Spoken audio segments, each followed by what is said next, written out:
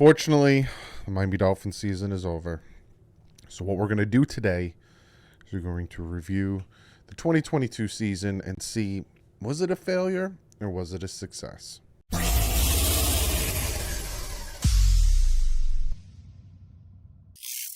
What is up, Fin fans? First and foremost, I want to say thank you guys for helping me have an amazing season. Being able to live stream with you guys, being able to make all these videos and review and preview and talk about this team and read all your comments and read all your live streams and all you guys who have subscribed. We're very close. We're getting very, very close to 40,000 subs. As of right now, we are sitting at 38,902 subscribers. We are 1,098 subscribers from 40,000. So I just want to real quick before we review the 2022 season, I just want to thank you guys. You guys are amazing. You guys are hitting that subscribe button. You guys are watching. You guys are commenting. I'm reading them all. I'm interacting with you guys. Thank you. And I hope I made the season as fun for you guys as you did for me. So from the bottom of my heart, I appreciate you guys. And thank you to you, the subscribers, the commenters, the live stream watchers, the patrons and the members, to the supporters, the donators, all that good stuff, to my sponsors, to Big O. Thank you. Thank you all. So let's talk about this season. So I am going to talk about last year because it does correlate to this year, being that we have the same exact record. So what I'm going to do is we're going to look at everything. Like, I'm talking everything. I wrote down everything. We're going to look at everything. Again, we are reviewing the season. I do have a ton of videos for you guys. I'm going to get this out of the way in the beginning. We're going to talk about Tua in his own video. I'm going to talk about the coaching in their own video, especially if coaching changes are made. I'm looking at my list now. I'm going to talk about potential quarterbacks that are available. Do it pertain to Miami or not? I'm going to talk about it. We're going to do the 2023 opponents. We're going to talk about players we're going to cut and resign. We're going to talk about the cat space. We're going to talk about team needs. I don't stop. Year-round, 24/7, I'm constantly making content. So buckle your seatbelts this season. And obviously, I'm going to live stream some wild card, some playoff games. Thinking about live streaming the Super Bowl. I'm going to do picks for the play. I got so much. There's so much. Hit the subscribe button if you haven't yet. So we're going to, like I said, we're going to look at last year versus this year first. And then I'm going to give you a bunch of stats from this year. So Miami Dolphins as of right now, have 9 players on IR. 9. They have Trill Williams, Adam Shaheen, Nick Needham, Emmanuel Ogbah, Brandon Jones, Porter Gustin, Fisher, Sathan Carter, and Mackenzie Alexander. They have 9 players on IR. By the end of the season, the Miami Dolphins had 4 players on IR. 4 to 5. Huge difference and that's just on IR. That's not counting the players that aren't on IR that were missing games. Tua Tagovailoa. That's it. That's the only name that pops in my head. No, Adam Armstead, Austin Jackson. Who else? There's so many more players that we had to deal with injuries. Liam Eichenberg, Jones, Lamb, Shell. Most of the offensive line was just depleted and beat down. Xavier Howard missed some games. Eric Rowe missed some games. This was just banged up. Bradley Chubb missed some games. Like, this team was just decimated with injuries. We still went to the playoffs, and we still gave the Bills a fight for their life. But you look at 2021, right? Again, 5 players on IR. They were a little bit banged up, but to my opinion, not as banged up as this year. We look at their standings when it comes to stats, right? In points on offense, they were 22nd. On defense, they were 16th. Yards, they were 25th. On defense, they were 15th. Turnovers, they were 25th. On defense, they were 8th. Much better last year in turnover differential when it comes to turning the ball over. The first downs, 23rd on offense, 13th on defense. Passing, they were 17th and 16th. Rushing, they were 30th on offense, 14th on defense. Third downs, they were 13th On offense, converting 40.8% of their third downs. They were 20th, allowing 41.1%. And in red zone last year, they were 13th in red zone offense, converting 61.2% of their red zones into touchdowns. And they were 11th in defense, converting 52.6. And when you look at the strength of schedule at the end of the year in 2021, the Miami Dolphins were 25th ranked, which means they had the 25th easiest schedule. Pretty easy. Then you look at this year, right? Points for on offense, we were 11th. On defense, we were 24th. We went down from 16 to 24 on defense. We went up from 22nd to 11 on offense. Yards, the Dolphins are 6th. 18th on defense. Huge jump from last year from 25th on yards to 6th, and a little bit of a dip down from 15th to 18th. When it comes to turnovers, the Dolphins were 8th in turnovers on offense. Huge difference from 25th last year, but unfortunately they were 8th on defense, and they dropped all the way down to 30th. Could not get turnovers this year. First downs, Dolphins on offense, 17th. Huge, absolutely huge, going from 23rd to 17th.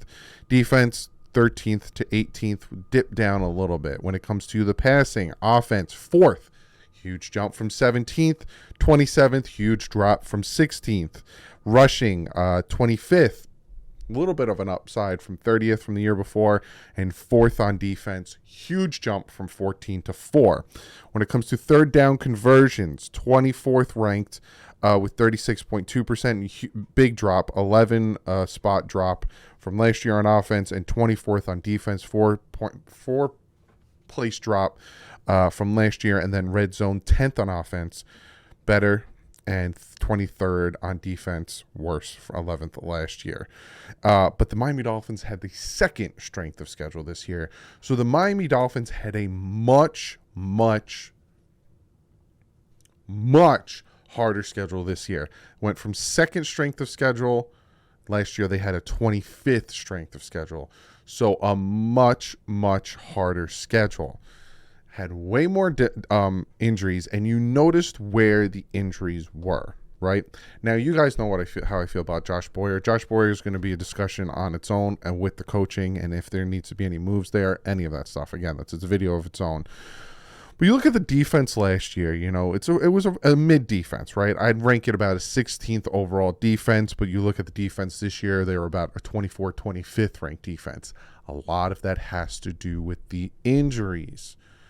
You know, this team had a ton of injuries. A lot of what I hear is Brian Flores did more with less.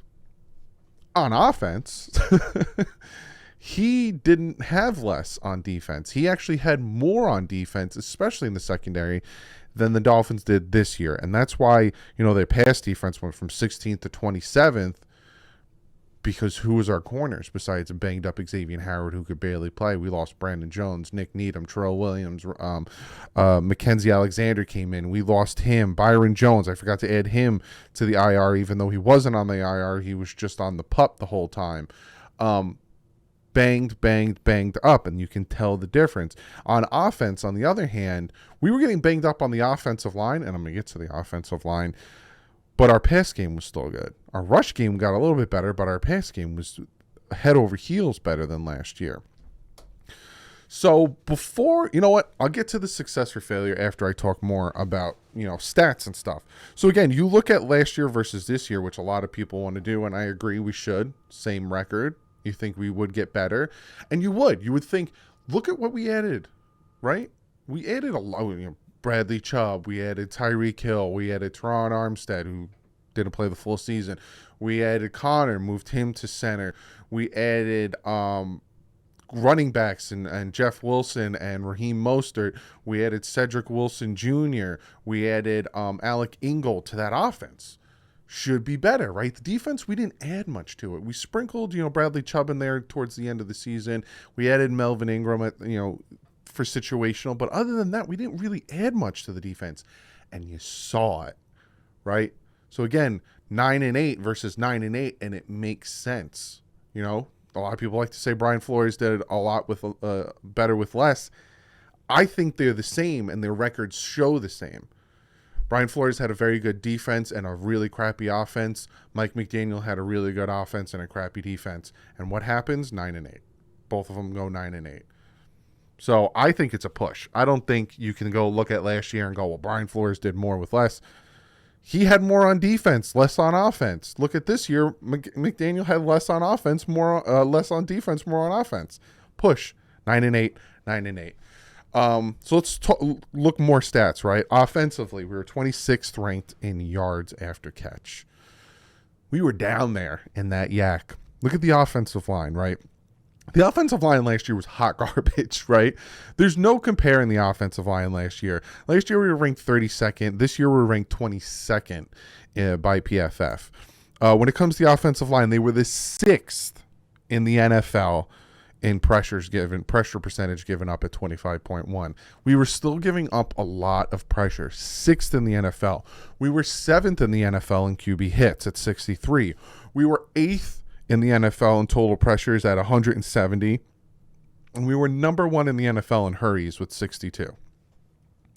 The offensive line still was bottom tier, ranked 22nd. It was better, right? It wasn't hot garbage like last year, 32nd ranked. I've never seen an offensive line that bad in my life, but it still wasn't where it should be, right? With the revolving door at tackles, with the revolving door at guards. You know, the center with Connor Williams was the only legit spot, but other than that, it was just moving pieces. And, you know, Robert Hunt played the full season. It was just those two, and then he went to right tackle. And so the offensive line still needs to be addressed, and it still needs to get better because it wasn't there. You look at the wide receivers. Our top two guys were Tyreek Hill and Jalen Waddle. Tyreek Hill, 1,710 yards, number 2 in the NFL, 7 touchdowns, tied for 6th in the NFL. He had 4 drops on the season. Again, I'm talking about regular season. I'm not talking about the one postseason game. 77 first down receptions. That is 2nd in the NFL. And when he was targeted, 103.1 passer rating. That's why the man was targeted a lot. Jalen Waddle, 1,356 yards, number 7 in the NFL. 8 touchdowns, tied for 5th. 8 drops, tied for 2nd. He needs to work on catching the ball. A lot of you guys notice this as well. He catches the ball with his body a lot. He jumps up and he catches the ball with his body a lot. Tied for 2nd in the NFL with 8 drops. He needs to do better there. 60 first downs, which is 8th. And when he's targeted, 122.6 passer rating, 2nd in the NFL. So our top 2 wide receivers in Hill and Waddle, when they were targeted, allowed 103 passer rating and 126.6 passer rating. That's why they were thrown at. These guys we have the best wide receivers in the NFL. And you can also sprinkle in Sherfield. You can sprinkle in Craig Kraft. You can sprinkle in Cedric Wilson Jr. Those guys did help when our guys were getting double teamed. So there's that. You look at tight end, Mike Gesicki. He had 625 yards, 29th in the NFL among tight ends. 5 touchdowns, tied for 5th among tight ends. He only had 2 drops on the season, but he wasn't targeted much. And when he was targeted, 102.3 passer rating. But he wasn't targeted much. And I think it's due to the fact that he didn't fit the scheme that the Dolphins are running. Now, I'm going to talk about it if he's going to be here or not in a different video when I talk about the players. Running backs, you look at, actually, let me go back real quick to the wide receivers. Drops, 3rd in the NFL in drop percentage, 5.7%. Essentially, that takes the amount of targets, the amount of drops, and you get your percentage of it. They were 3rd in the NFL with drop percentage, 5.7. 35 drops. Too many drops, and you saw it in this last in the wild card game. 14th in the NFL in first downs with 206. Now let's go to the run game. Let's go to the running backs. Raheem Mostert, 892 yards, 20th in the NFL, 3 touchdowns, 1 fumble, 637 yards after contact, which is 18th in the NFL. Raheem Mostert actually had a pretty decent year. I wish he didn't get injured. I think he would have helped against the Buffalo Bills. Wilson, 860 yards, 23rd in the NFL. A big chunk of that was with the 49ers. 5 touchdowns, 3 fumbles, 461 yards after contact, 32nd in the NFL. 29th in the NFL rushing for first downs with 87 first downs off of rushes. That ain't good. But that's your offense, right? Our offense was decent in some spots. needed help in some other.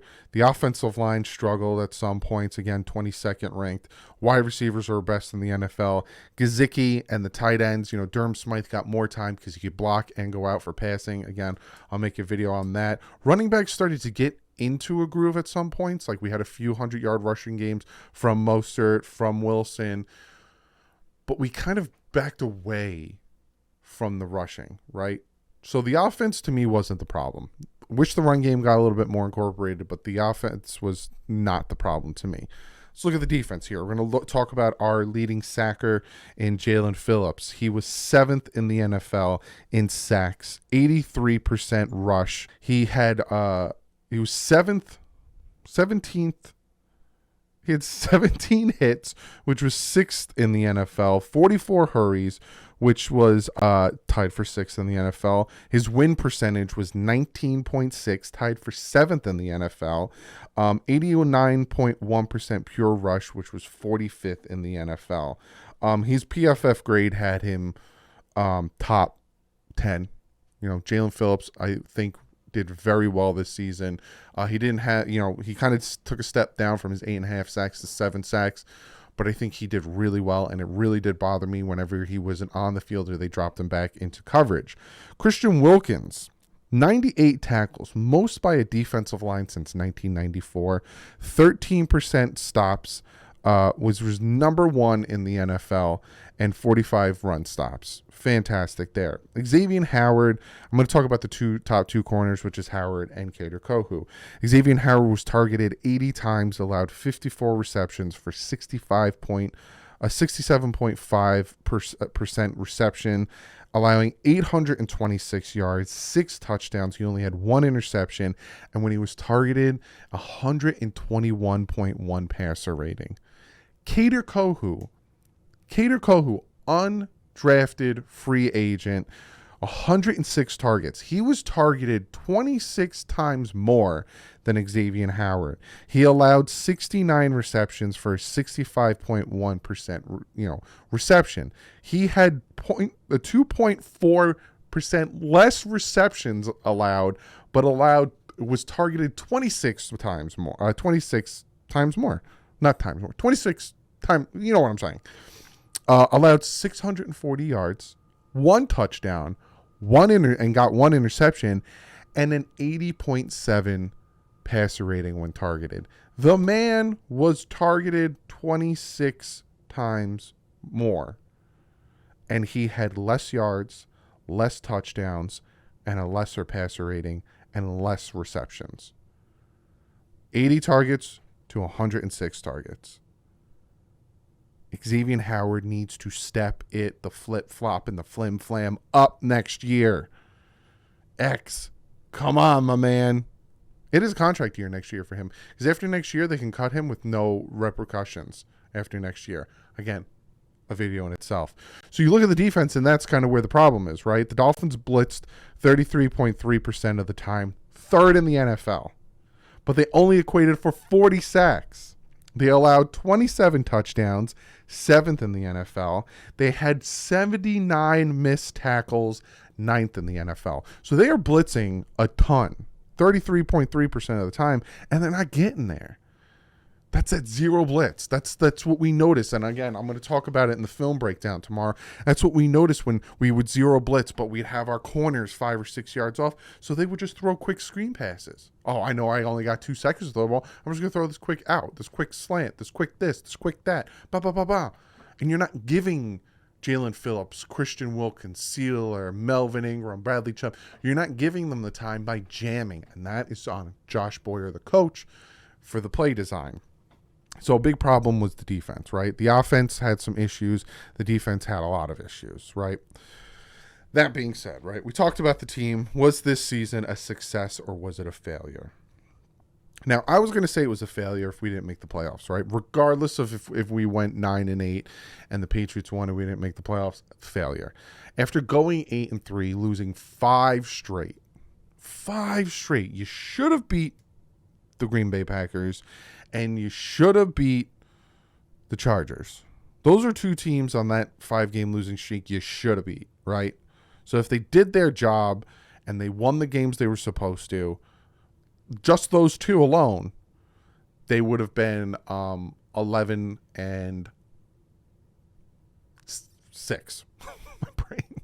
11-6, probably a higher wild card, and probably played a different team. But they didn't, right? But they made the playoffs, and they fought hard in the playoffs. They lost by 3, and a lot of it had to, and again, we'll look at the film, a lot of it had to do with the offense, miscues, all that stuff. So that being said, was this season a failure? I'm going to say no. I'm going to say they got to the postseason, and they didn't get blown out. Right? 2008 got to the postseason, got blown out. 2016 got to the postseason, got blown out. Now, does that mean they're better? Not necessarily, but they fought harder. They made it a close game. They took advantage of the opportunities. They played hard. And they had so many more injuries. So I'm going to say no, this wasn't a failure. Now, was it a success? I'm kind of in the middle. Right? You made the postseason. I'm trying to give you guys a definite answer. I'm going to say yes, it was a success. I'm just going to say it was a success. You made the postseason, which everyone is trying to do. Only 7 teams in our conference did it. You did it. And you fought your butts off. If they would have won, it would have 100% been a success, because it's been 21 years since we've done it now. It's 22. But I think it's been a success, and especially with the amount of injuries and the stuff, and the offensive line problems, and having your third string quarterback and all that stuff, still being able to make it, and dealing with all that. Yeah, I'm gonna say it's a success, especially with the decimated secondary. But again, a lot of people want to look at last year. I think the last year and this year were the same. I think that we just got the job done in a game we needed to against the Jets, versus we couldn't get the job done in the game we needed to against the Titans. Blame whoever you want. It's last year, I moved on. So I think both teams are the same. 9-8, 9-8. I think, like I said, last year it was the offense was the problem. The defense wasn't. This year the defense was the problem. The offense wasn't. So I'm going to say success. And if they made the postseason last year, I would have called last year a success as well. The whole point of the season is to make it to the postseason. We did. We got into the dance. We fought hard, and we couldn't win. But comment below. Let me know what you guys think. Tomorrow, I am going to be doing a film breakdown. Then we're going to be talking to Big O. If I hear any news about coaching changes, I'm going to talk to you about that. I also am going to do a video about the coaching changes. I'm going to talk about coaching changes I think should be done. I'm going to give my picks for the playoffs this weekend. And I think I'm going to live stream the Bengals Bills 3 o'clock. I think it's Sunday. I think I'm going to live stream that game for a little bit, maybe do the first half. But like I said, comment below, hit the subscribe button if you haven't yet. I appreciate you guys. Thank you for a fantastic season. Now we're into the off season. I got a lot to talk about. But other than that, like usual, stay classy. My fins up.